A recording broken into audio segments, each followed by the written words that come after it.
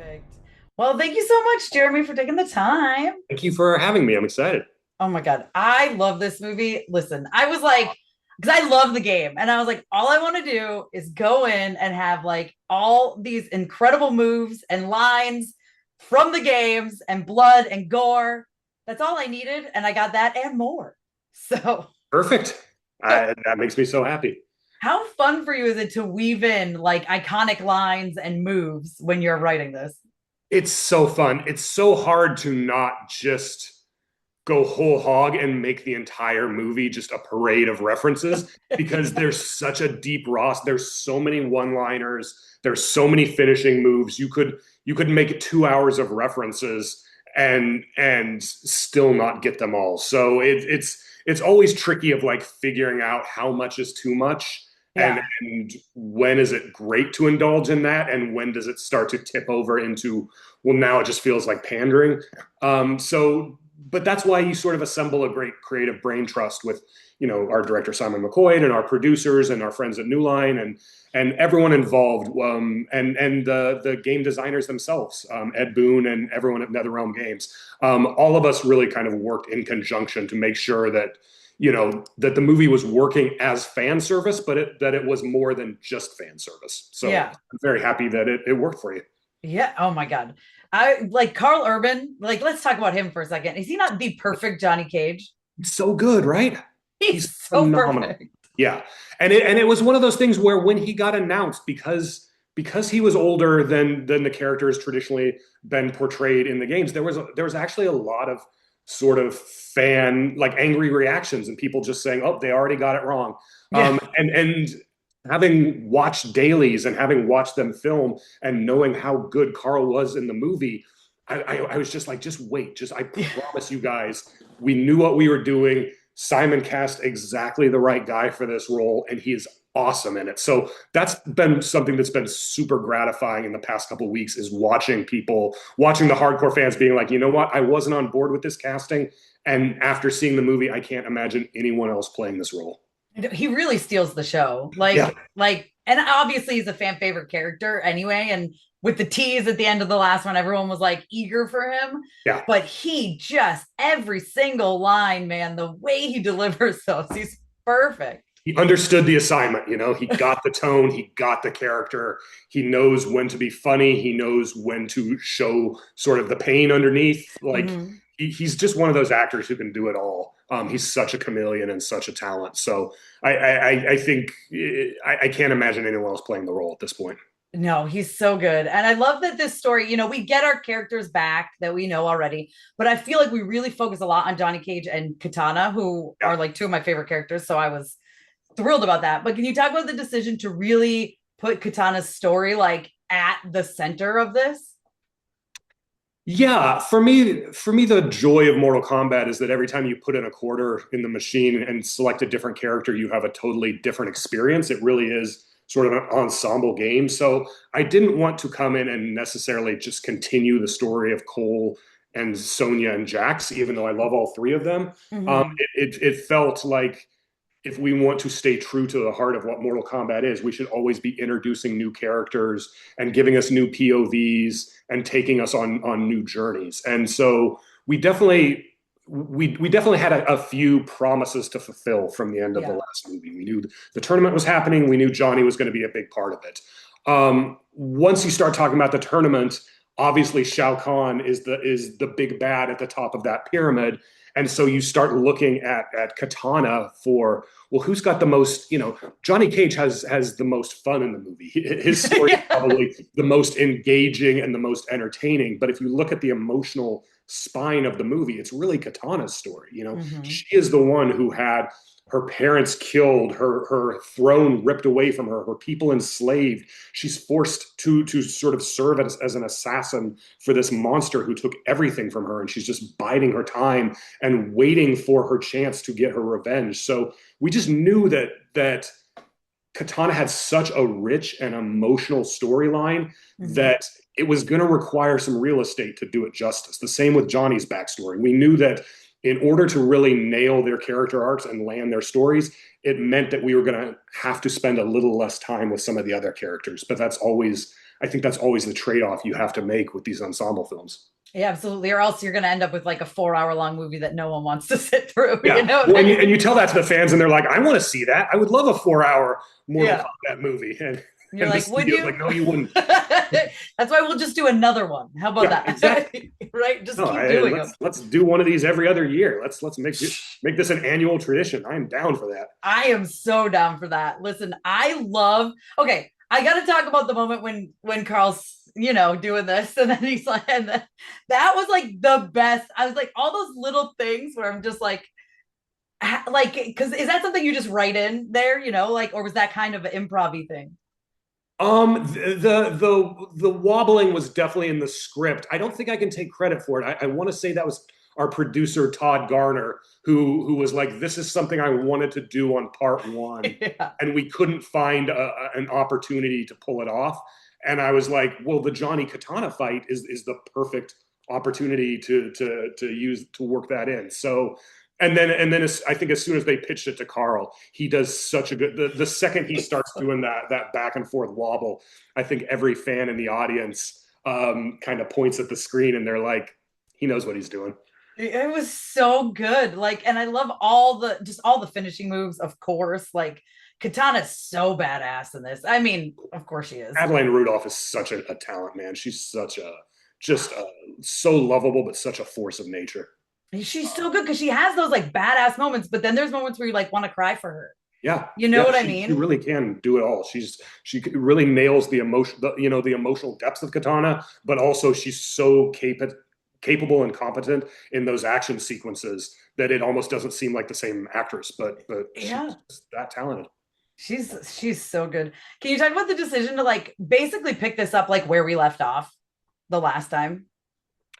Yeah, I mean, my goal coming in, the way I sort of got the job was sort of pitching a tonal recalibration a little bit of saying, you guys did a lot of things right on the first movie. We should double down on all of those things. Mm-hmm. The great fights, casting people who actually are martial artists who can actually fight and act at the same time. The great costumes, like they did a lot of things right.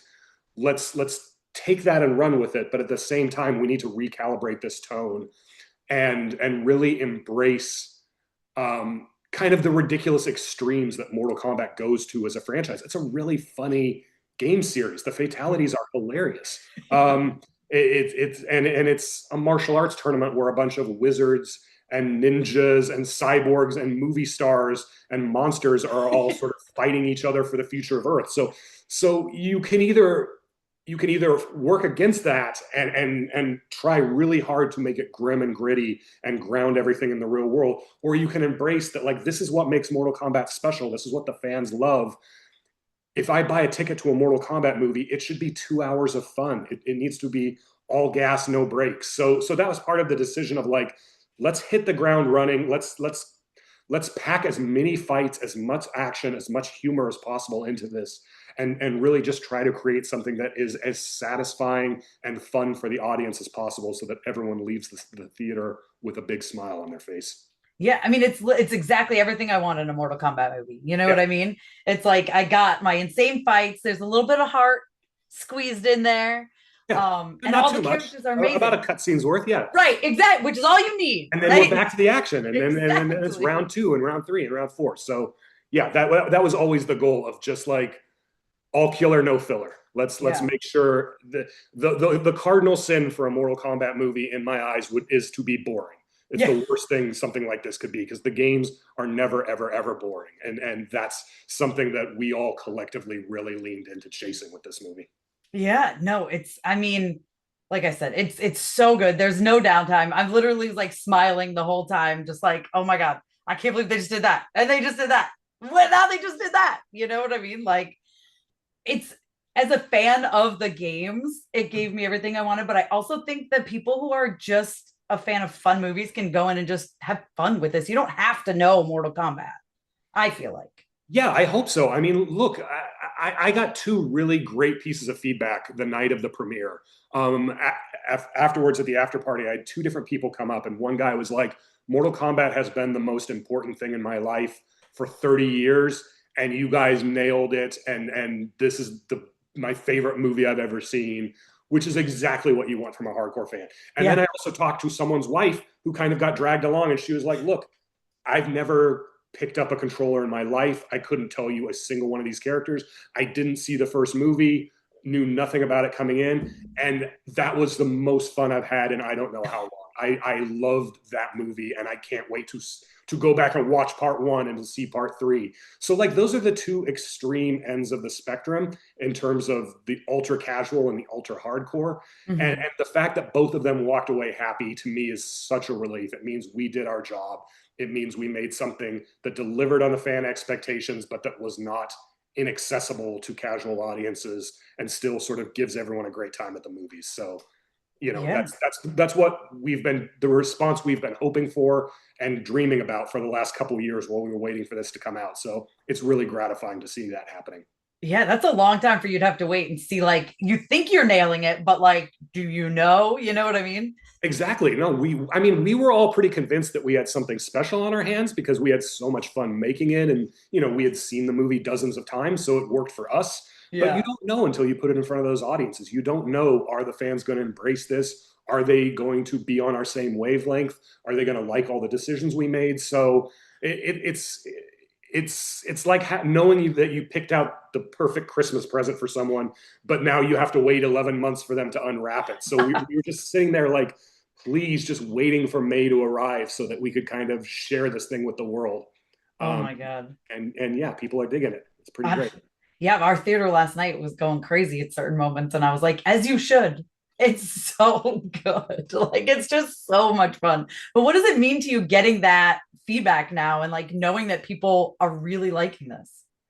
It's honestly, this is not PR bullshit or spin or anything. It is one of the best experiences of my entire career. I got into this business because of movies like Jurassic Park and Speed and The Matrix and Fight Club and things that just where I just kind of like levitated out of the theater where I was just buzzing by what I had just seen and just that communal experience of everyone having a great time together has always been the thing that I've been chasing in my career, that I want to pay that forward, that I want to give audiences that same experience that other Mhm. filmmakers have given to me. That's why I do this for a living.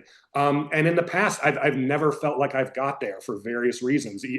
I've been involved with good projects where, you know, my name's on there, but maybe I wasn't as creatively involved as I wish I could have been. I wish I could have done more. And I've been on projects where I've been rewritten and it hasn't turned out the way I've wanted. So there's always been like little asterisks behind a lot of those things on my resume.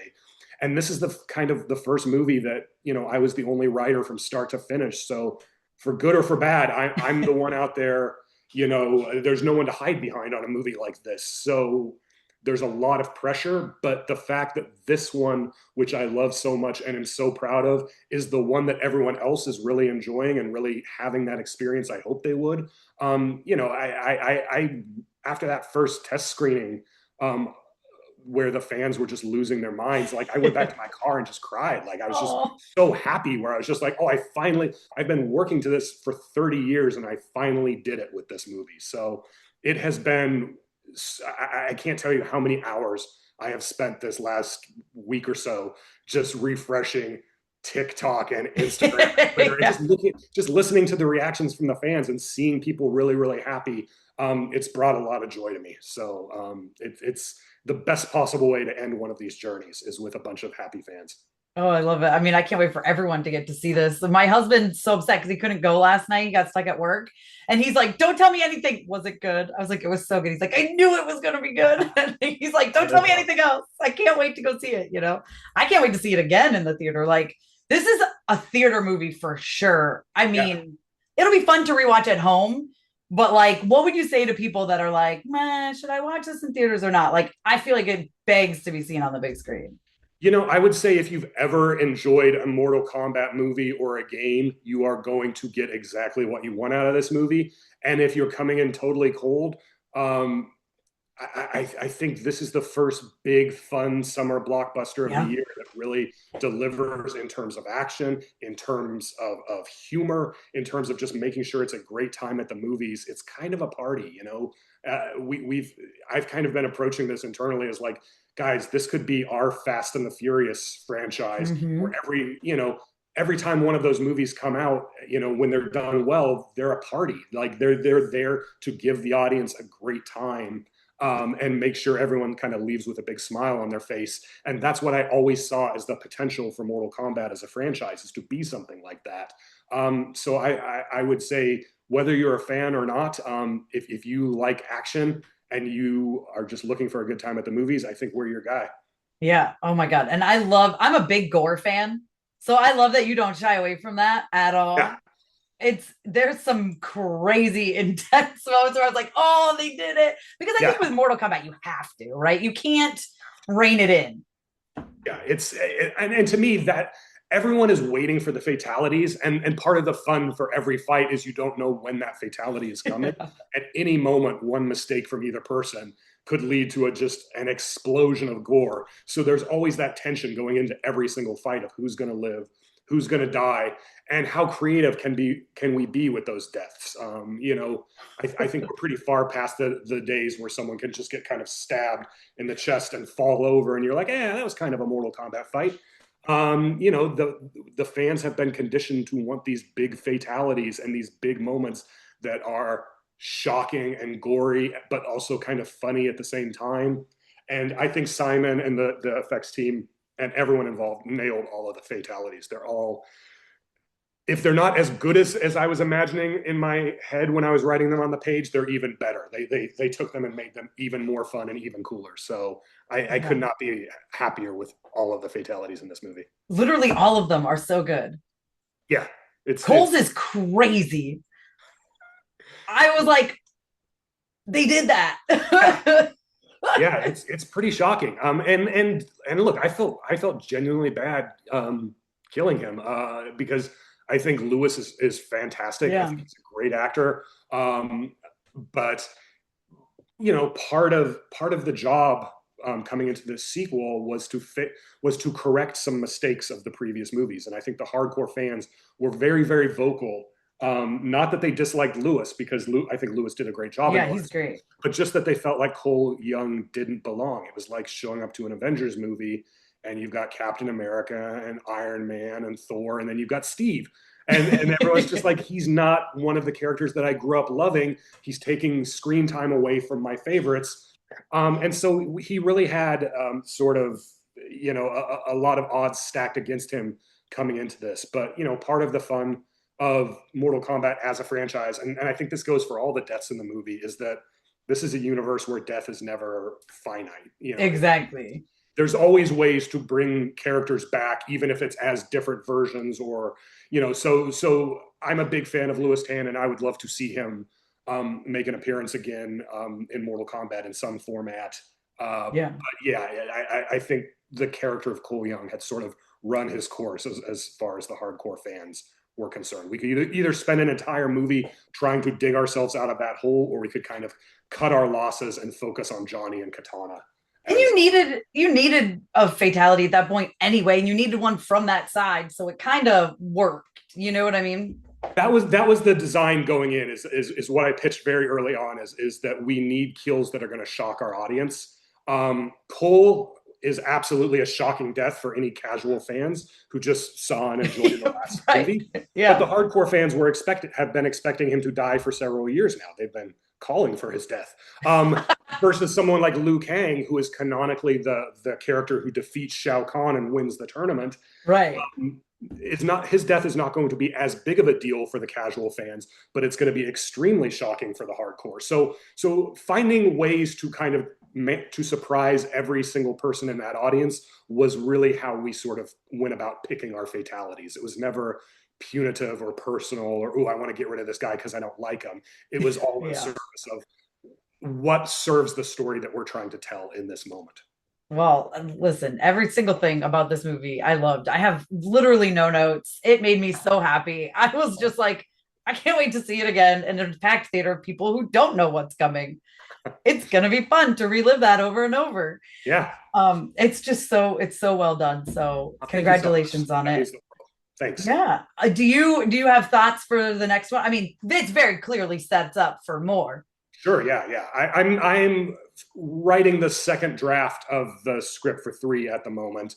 It has not been officially greenlit yet, but New Line obviously saw the early test screening results coming in and kind of realized they had something special on their hands. So they did commission me to start writing the script for three in the hopes that if the fans show up to support two, and if it does okay at the box office, then hopefully we can keep telling these stories. And yeah, I love this franchise and I want to be a part of it for as long as they will have me. So I'm here for 3, 4, 5. I'm here for spinoffs. Let's do it. As many of these as the audience wants to see, I want to help bring to life. Listen, I want to see them all. Let's do 100 of them. I don't care. I'll keep watching them. They're so fun. Like it's exactly like I said. It's exactly what I wanted. I left so happy. I went in like I just want blood and gore, and I was like, I got that and more. Yeah. I really enjoyed the movie as a whole. Like I really did. So that's awesome. So thank you so much. Yeah, of course. And then real quick before we wrap, I do want to talk about Coyote versus Acme because it's officially coming out. Yes. Thankfully. What has that journey been like for you, and how excited are you that it's actually going to be out there now? The full disclosure is that Coyote versus Acme. The backstory on that is about 15 years ago, James Gunn had the idea to sort of adapt this humor piece in the New Yorker into a movie, and he brought me on to write the first draft, and we delivered that, and then it kind of sat on the shelf for like 10 years, and director Dave Green and writer Sammy Birch are the ones who really rescued it. And Sammy wrote a brilliant script. Dave shot a really cool movie. And so I don't have any skin in the game in the sense that it's not necessarily my version of the movie or the story. But I know how good the script was, and I know how hard everyone involved worked on it. And I know the heartbreak of sort of spending a few years of your life bringing something to work, bringing something to life, and then not having anything to show your friends and family at the end of the day. That, and I really felt for the cast and the crew, and sort of the below the line people the most, because that is the trade-off that we make when making movies is really hard work. It really takes you away from your families. It's 16-hour days. And the nice thing at the end of it is that you can sit down with your kids and say, this is what mommy made. This is what dad helped bring to life. And when the movie got shelved for sort of stupid tax reasons, it really broke my heart because it took that experience away from all those people. So I'm so happy that Dave and Sammy and everyone else are getting their day in the sun, and they're going to get a chance to show the world what they made. And I will be there buying a ticket for opening day, just like everyone else. I cannot wait to see it. It looks really good. It looks like a lot of fun. Yeah. Maybe very different from Mortal Kombat, but very different. Probably equal amounts of violence, but definitely different amounts of blood, I would say. Yeah, I would say probably. Awesome. Well, thank you so much for your time. This was great. And like I said, congratulations again. I can't wait for all the Mortal Kombat movies. Give them to me, all of them. I'm working on it. I'll do my best. Thank you so much.